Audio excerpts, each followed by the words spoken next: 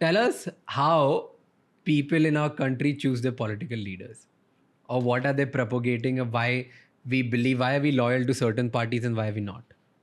I think there are 2 or 3 reasons.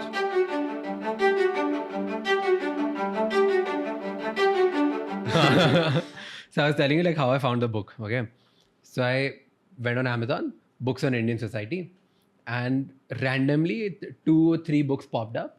So I Right. was just like looking up to it. So I was like, Nation of Idiots, kya sexy title hai?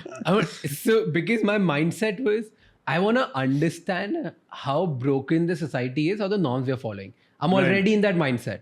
Okay, And right. then दिखता है मुझे title A Nation of Idiots. So Right. I clicked and I was a little unsure whether I should buy it or no. क्या है कैसा है, like I've never heard of it. Right. And then back में मैंने पढ़ा. So at the back there's this there's this one thing I think I read it. We build things to prove a point or something like that. And break things to prove our worth. Yeah. Or the other way around. Other way. So the line was, wait, I'll read it out. No, this was, so we build things to prove our worth and break things to prove a point. Yeah. Dude, this just, like, I mean, it just resonated so much. Right. Like, I want to read this book now.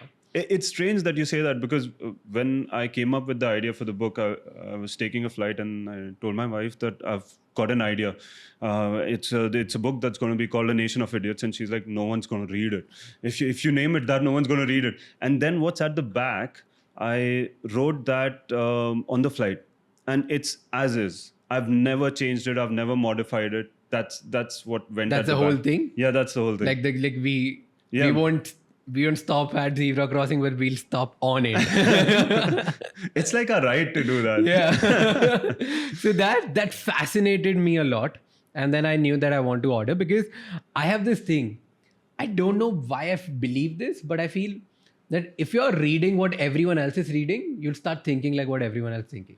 Oh my God, that's so true. Because if you think about it, the mainstream machine, what it churns out, it's like we're all having the same fodder. And then if you find something that is a bit different, right, you can change a lot of people and turn them towards that. So like you posted about it. Yeah. I mean, and I'm really grateful that you did that. That was awesome. We had quite the bump in sales because of what you posted. So thank you. Yeah. Oh, thanks, man. No, dude, like I genuinely believe that the best authors are the ones who observe the society or the people in a way which not many mainstream people are able to do. Okay? Right.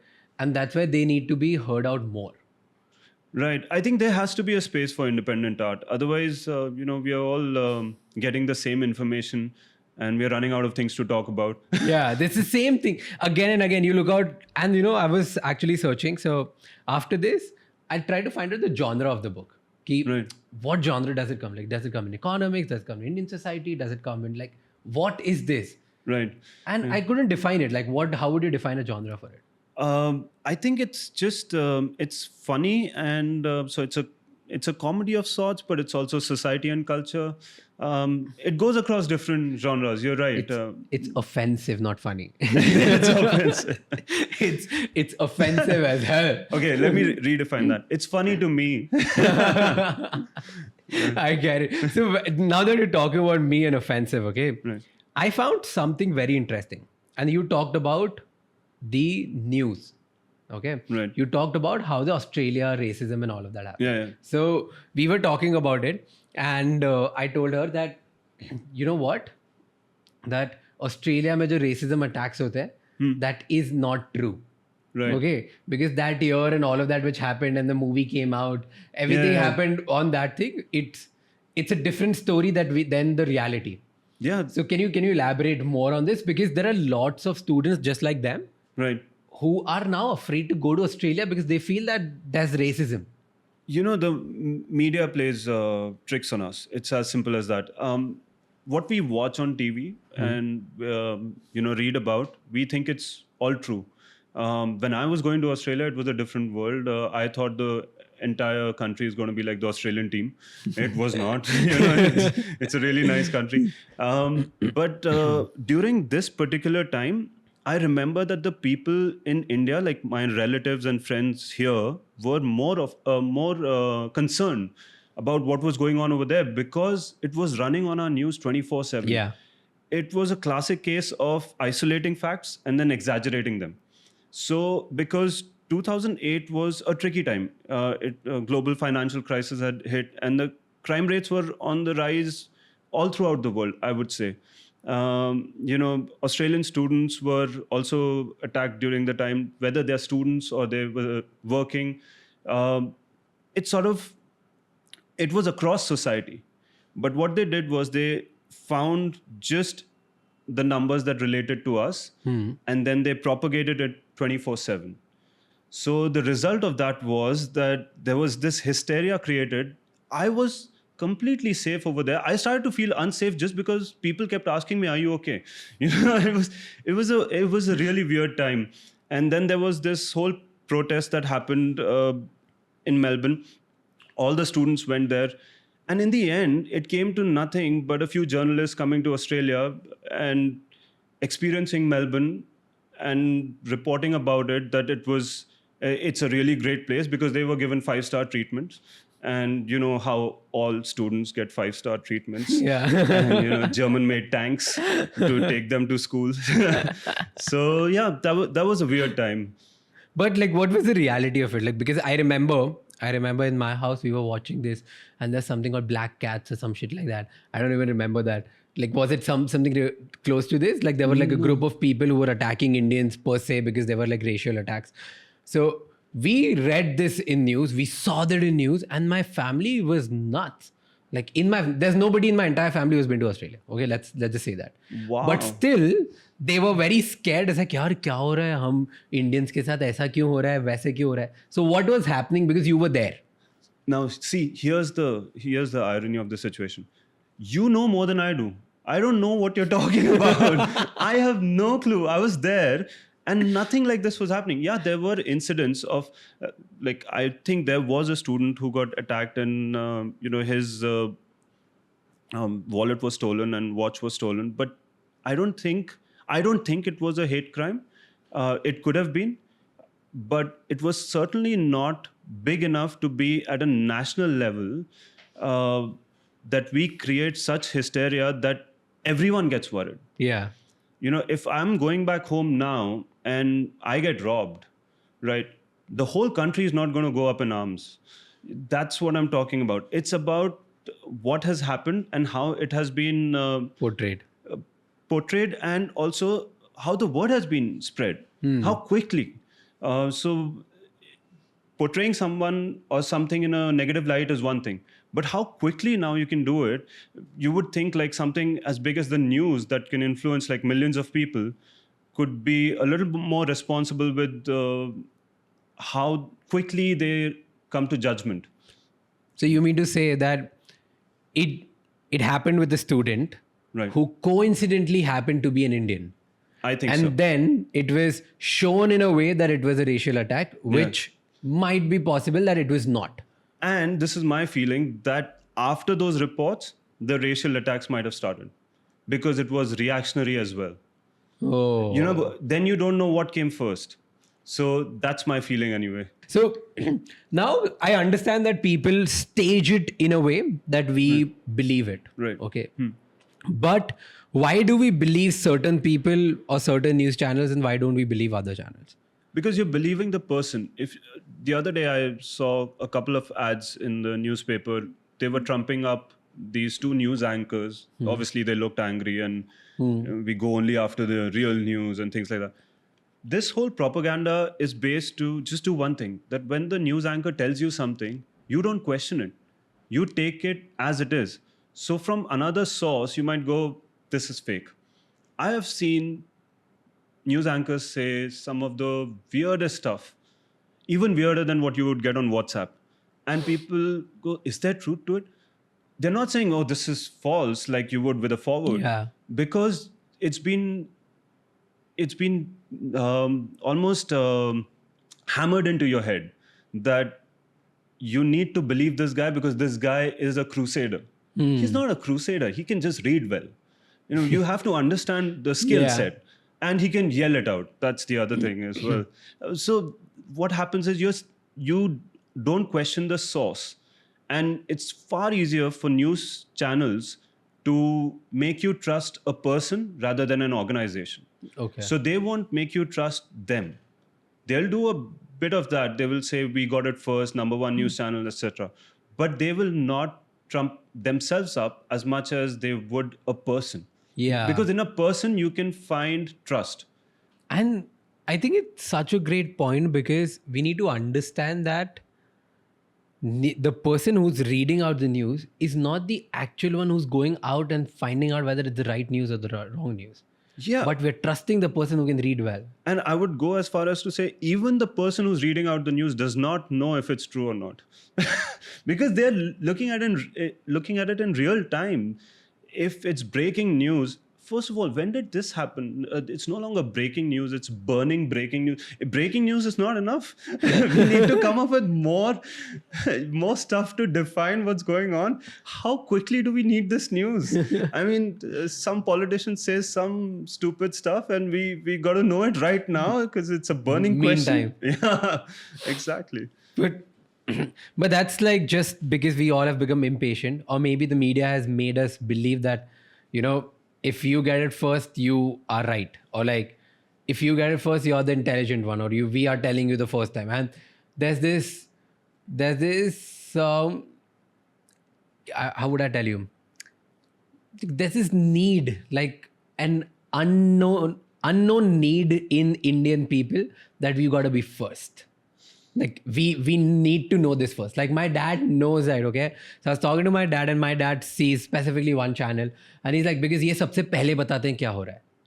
तो सबसे पहले बता रहे, that is what is more important than जो सबसे सच बता रहा है. हाँ, that वो तो मतलब it's like a birthright. Right, so like मुझे he पहले wants, सुनना है. हाँ, मुझे पहले सुनना है, exactly. Because then he feels maybe he's not even sharing it with other people. Maybe he's not the one who's actually getting a fame out of it. Nothing. He's just consuming it. And even consumption, he feels like he needs to get it first. Like he needs to get it before all of us. Yeah. And that's what I've seen him everywhere. It's like my uncles, my relatives, my friends' parents, they all want to be first.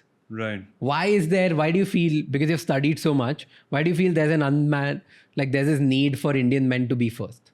And can you give other examples where have been, you feel like they want to come first again and again? I think what I've said in the book is somewhat to that effect. What happens is we have grown up in a country of over 1 billion people now, and if we are not there first, we might not be there at all. That has been conditioned into our head from a very early age, right? Yeah. So I've seen so many people rushing through the airport as if the flight is going to leave without them, even if they're first, and they might actually leave the guys who are coming late behind. The security at the airport is basically an obstacle course for passengers to get through. Yeah, run. And in fact, even after when the flight lands, Yeah. the moment it lands, everybody stands up and they want to rush it to the gate they just want to be there the first. I think there should be a system installed in planes in our country where the seatbelt opens in 30-second intervals as you go further back in the row. That will solve everything. So now you said very interesting thing, okay? We don't question anything. Right. Okay. And I think that's the first chapter. Yeah. Like people don't question, right? Everything which we feel, whatever we have been doing, if it's wrong or right, we just follow it. Right. Whether it's the culture, religion, the way we treat our people, men, women, everything. We don't question it. Why don't we question? Is it because we're scared? Like we all are scared? No, in fact, when I started writing A Nation of Idiots, I had a single idea that how do you make sense of a society as complex as ours? Yeah. We have over 200 languages, over 5,000 plus communities, and with age-old traditions and with social and moral problems very unique to us. It's almost too easy to follow blindly what you don't understand. So now I'm not a historian. Yeah. Although I have fallen asleep during the lectures, and I'm not a reporter. I avoid what they think is important. But I am someone who looks at society with a keen eye. And what I found out was that it's not that we don't want to question, but I think somewhere, see, no society knows whether they are heading in the right direction, and no person does either. But when a society doesn't allow a person to question, that society is heading in the wrong direction. So it's been conditioned into us that asking questions is dumb, I think. But also, I believe that there are no dumb questions, only dumb answers. And as long as you ask questions, and if no one can give you the right answer to it, uh, then I think you should stop and measure whether what you're doing is right. It's just as simple as that. Is there any incident where you were questioned and you felt like, Yeah, oh, sure. I'm not allowed to ask questions as well? Yeah, there was this one time where I was with my sister, and we were at a friend's house, and the friend's mother was talking about how my sister would belong to another house soon, and I just questioned, why would she belong to another house? You know, it's Okay, I have the same story. Okay, that's why I resonated with you. Oh, in the wow, book. Like okay. exactly same. You tell me, and then I'll tell you my version of it. Yeah, so I questioned, why would she belong to another house, and they said, because that's the way it is. And I said, but is that part of our culture? And she asked me to shut up, basically, because she thought culture was the end all of all arguments as such. But that kind of struck with me, because I don't understand why there are different rules for women and men. And I remember asking her that, is that part of our culture, that, a woman goes from one house to another? And she says, yes. And I ask her that, why isn't it the same for men? And she says, you don't just leave your home and go out. You live with your parents. And I told her, unless you're a woman. And I was never invited into that household again, Yeah, I'm not doing justice to it, but it's way funnier in the book. Okay, so I tell you, I had a similar thing. Okay, and I used to always feel that life is unfair to me, but to my sisters, it's like very fair. Okay, like they are like just born, it's just good, right? Because they were toppers. So they would like always score good marks. They were like angels of the house. They were very well pampered. And I was like, why is it like me? I mean, I'm not born with this brain which works at to get like 94%. Doesn't mean like life has to be unfair to me, right? I have to do extra hours of learning and reading. I mean, the fact that I don't like studying, that's why I'm not getting good marks. Why are you making me study extra, right? And then they would take out anything from their mouth, they would get it. Right. Okay, so I thought like it's very unfair for me.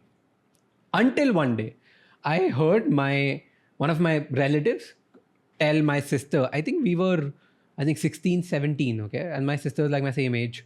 She's a cousin, but we live in the same house. Right. So she said, like one of her relatives said, like, बेटी तो पराया धन है, तुम तो दूसरे घर जाओगी. Okay, it's like, Of course. you don't belong to, like, yeah. you're someone else's asset. You have to be in someone else's house.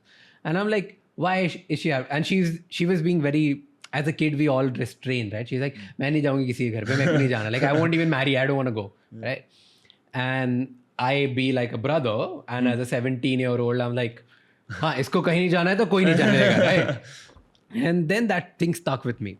So I asked my dad later, I think 2-3 days later, I went to my dad and I was like, Dad, why is she like, she has to leave the house and go somewhere else? Right. And my dad said, because that's how it is. Your mom left house and she came here.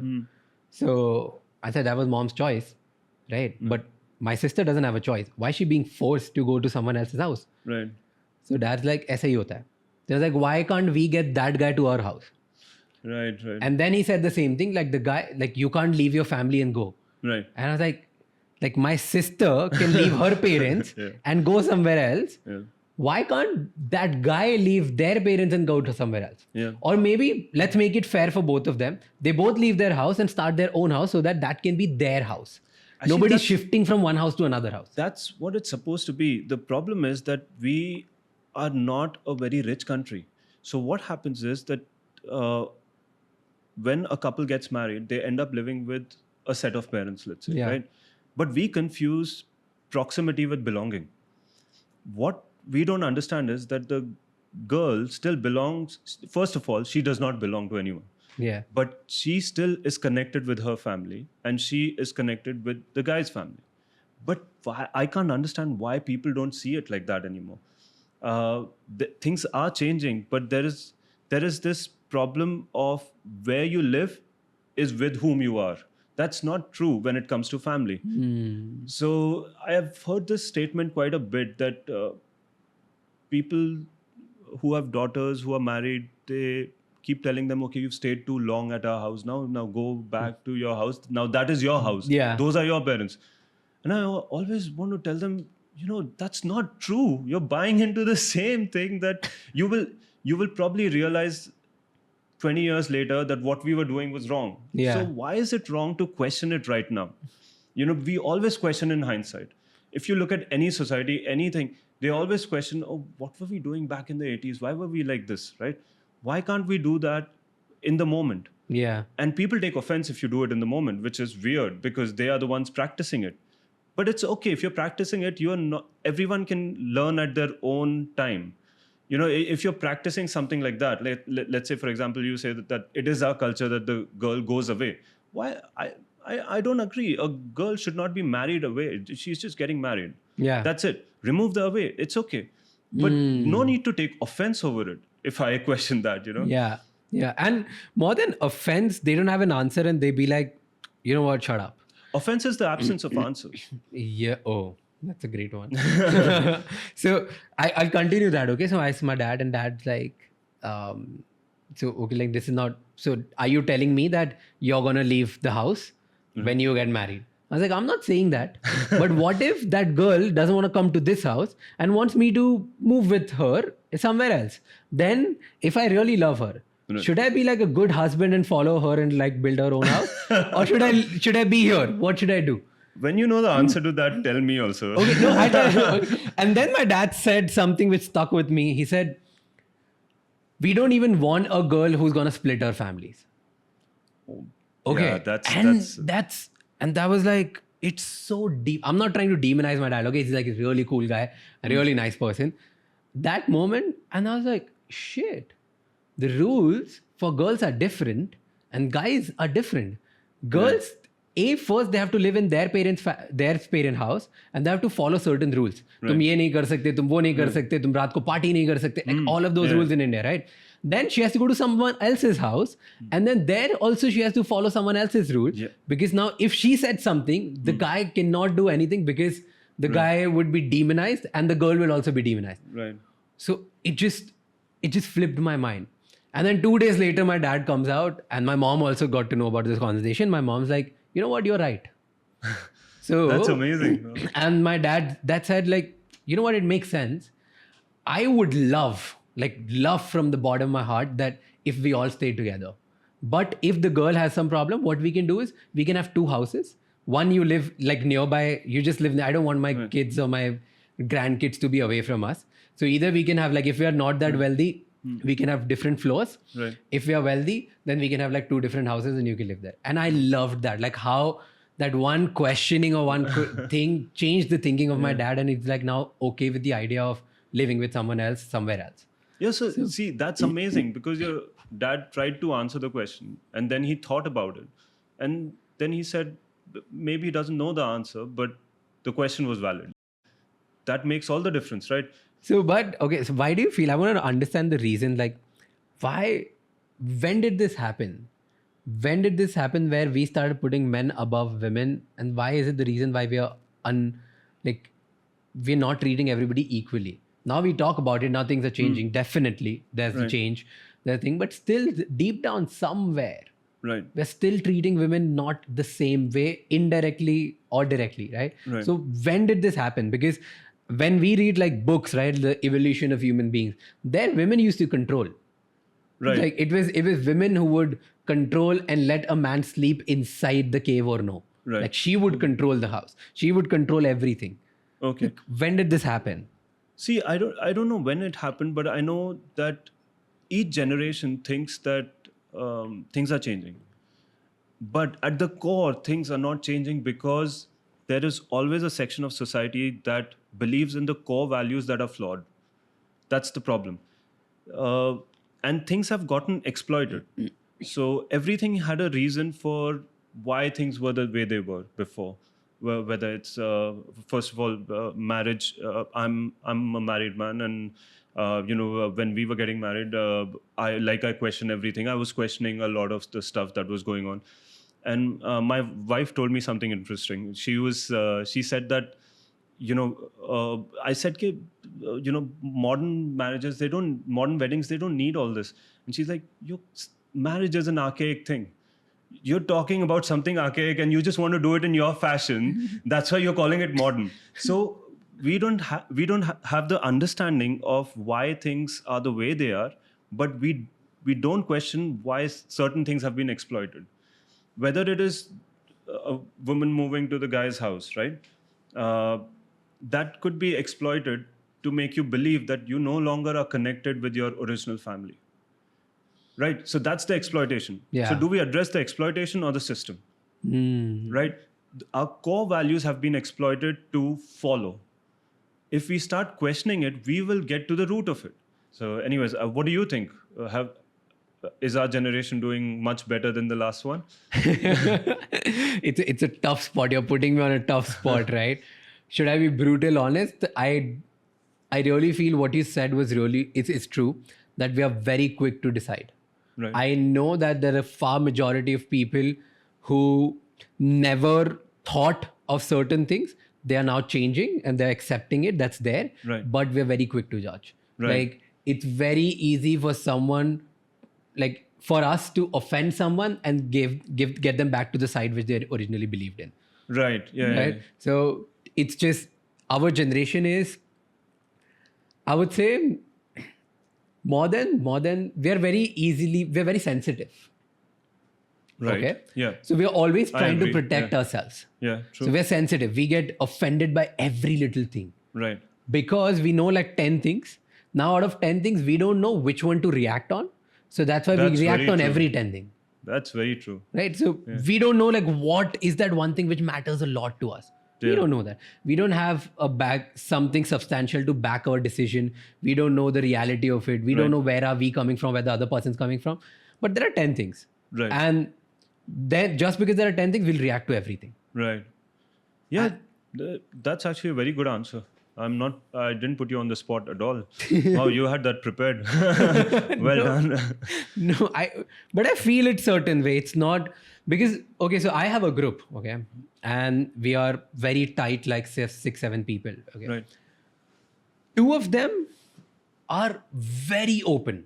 Like we are open with the idea of LGBTQ. We are open with the idea of moving out and having your own freedom.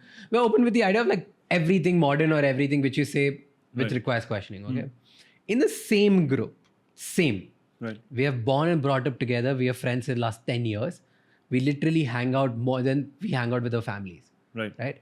There are 2 other people who feel that women are supposed to be treated in certain way, even though we hang out together. Right. Right. Why? They don't know. Why are we like this? Why are we open? We don't know. Right. So we have never questioned. We have never thought of a reason of why we are backing this. We are like, but aisa hi hai. Yeah. We are very intolerant towards certain religion. We are very, like there are few people who are intolerant towards the idea of women working. The man feels like, even today, I'm talking about my friends. They feel like if a woman works, it's going to hurt their ego.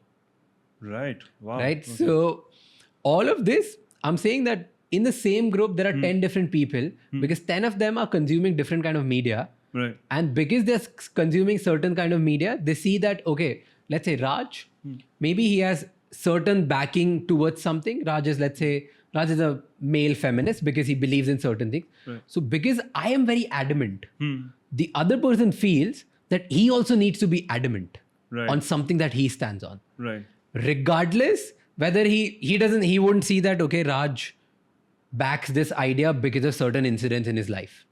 Raj backs this idea because of certain studies in his life. They won't care. They're like, Raj is adamant about this. So I need to be adamant about my state as well. And that's why everybody is like, because this ego battle, everybody's quickly judging and they're adamant about certain things, which is making them sensitive towards everything else. That is what I feel. Yeah, that's very well put. In fact, I would agree with most of what you've said.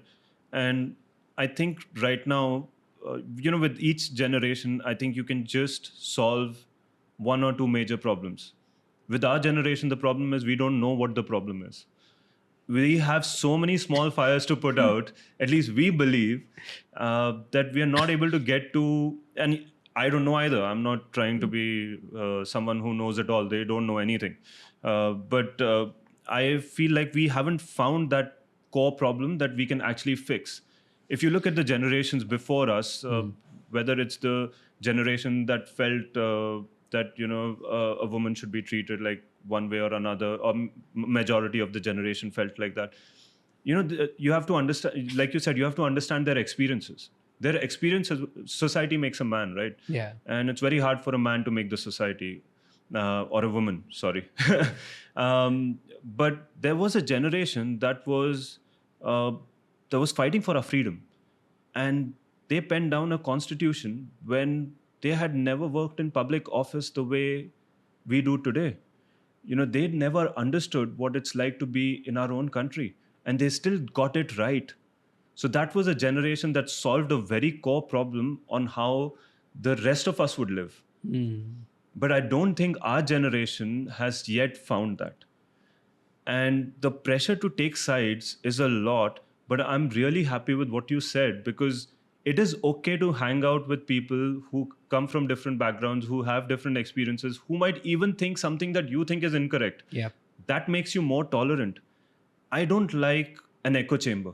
I don't like when four people sitting across a table all say the same thing and they feel like they are in majority.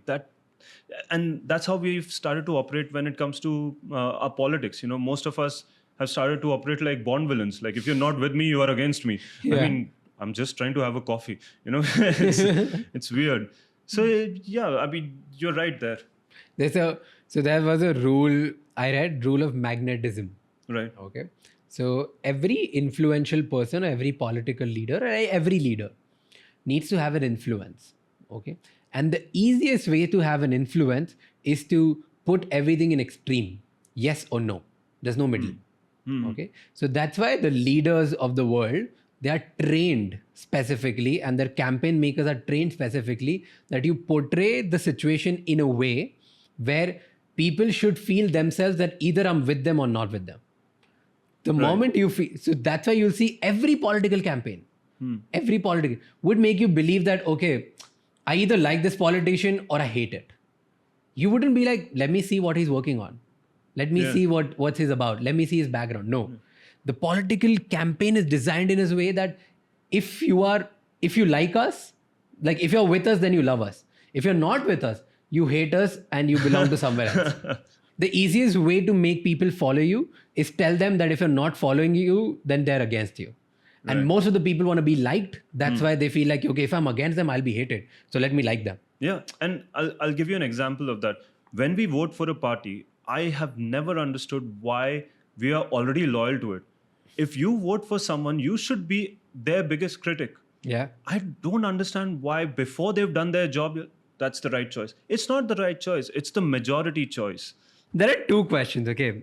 First is, tell us how people in our country choose their political leaders, or what are they propagating, or why are we loyal to certain parties and why are we not? I think there are 2 or 3 reasons. One is religion, one is community, and the third is family. Okay. What your family votes for, usually you vote for. If there are 2 candidates, one is of a different religion, chances are you might not vote for them. That's the truth. That's why religious politics and community politics plays out at such a mass level. The other reason is, who is joked about more on social media is the person I'm not going to vote for. Simple as that. The funnier person I will not vote for. I will vote for the person who has this like IT cell who can get all the jokes out. So whoever gets out the jokes faster. I was reading this article which was very interesting. It said one national party has 900,000 IT warriors, and the other party has some 700,000 IT warriors. And their whole job is just to send WhatsApp forwards. And we have, 1 million polling booths? That's almost 1 per polling booth. Think about that. Like, think about how porous this false campaign is where if you laugh at a candidate, if someone does something funny, I'm not voting for him. That's the mentality. He can't lead the country. Well, there have been enough jokers leading most countries in the world, and they've done okay. So that's how we choose our candidates. We put them into comedian or serious guy. And the serious guy wins. Serious guy always wins. But okay, so what should they do? What should we do if we don't want to belong to this category? Let's say I want a question. Okay. What are the questions I should ask before So- choosing like the right guy? So one of the things that I've always thought about is that in most living rooms, you can't praise two candidates from different parties. That's almost like cheating. I mean, cheating would be forgiven.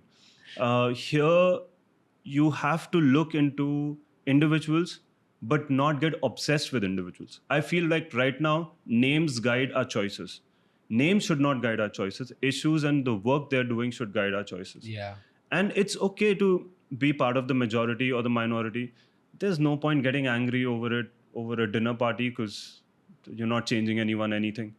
But the way to look at it is, I always find one good way to look at which candidate is doing better is who is the most silent one, but doing a better job that I can see out there. And I don't mean roads. I don't mean roads, all those things.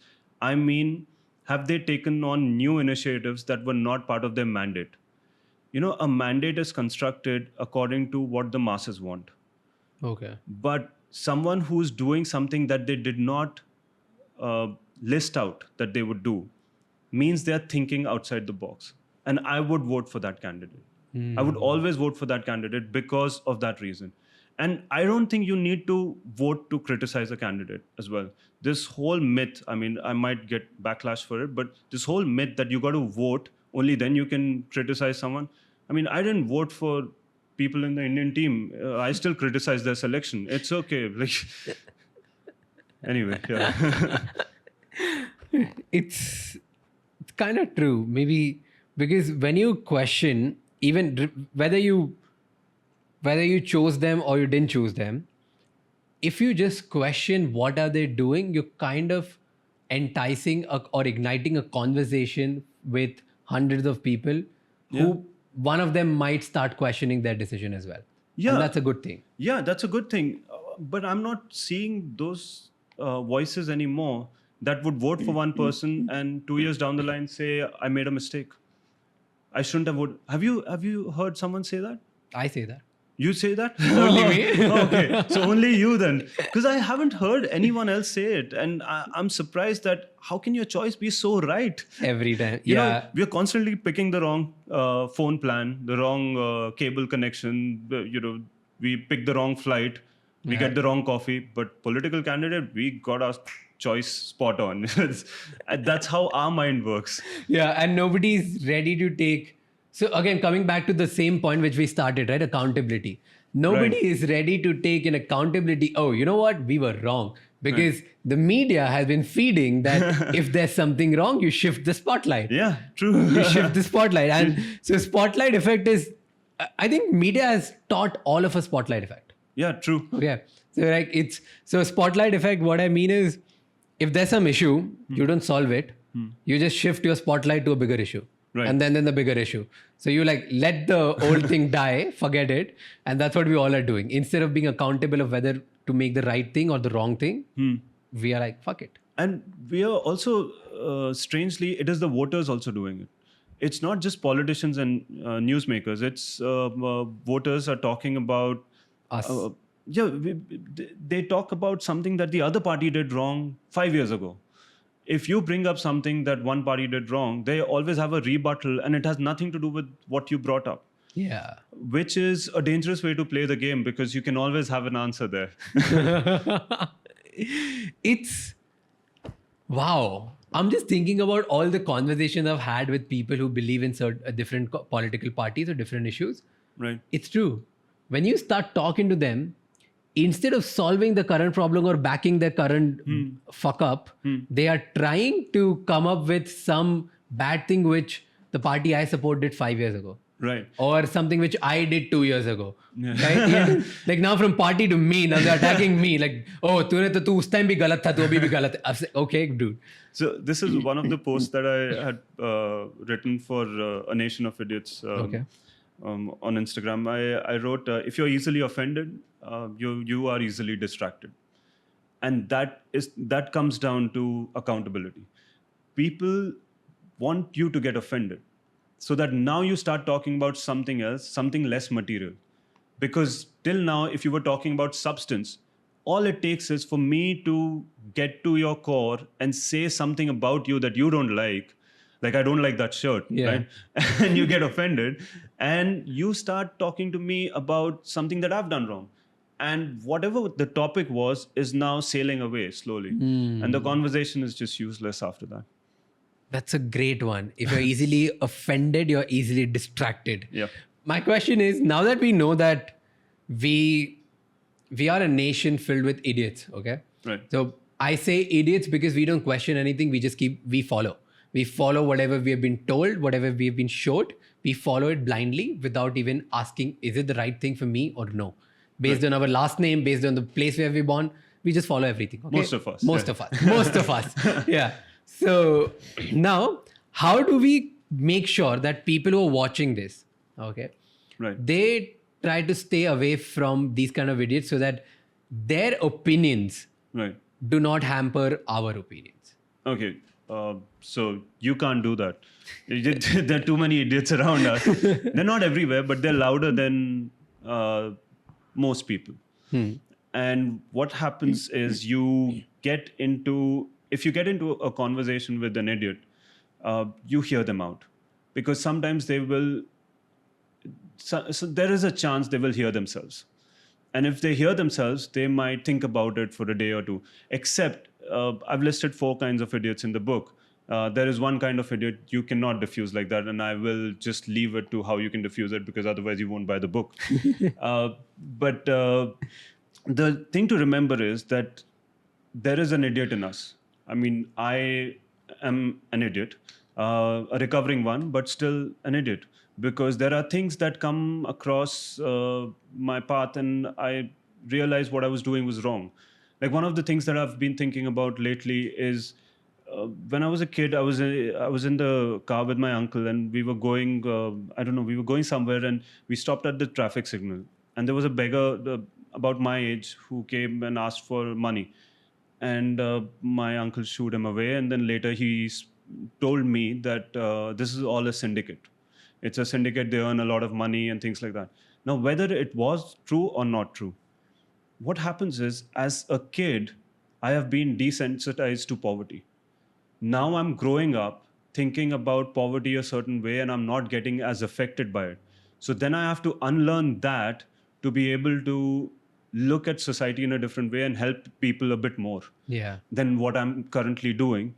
My minuscule efforts are not enough, and maybe actively I can change. So that's what I've been thinking about. So I've been an idiot thinking about it a certain way, and then because I've been questioning the things that I do, I can change. So that's how you diffuse an idiot in you. That's the most important thing.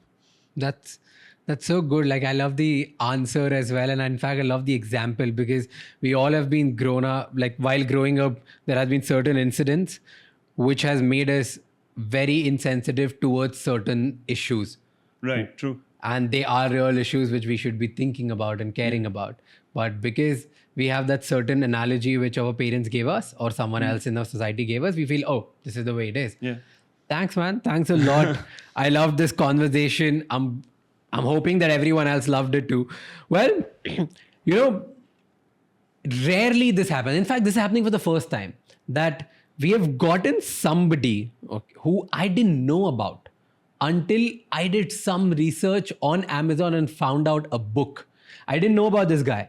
And I found out this book, and I loved so much that I actually put constant effort to find this man and call him here to just talk about it, because there's a reason. The book he has written, it's not like just like every other book. It's going to give you an understanding of Indians at heart. Okay? Like, why are we following certain things? Why are we doing certain things?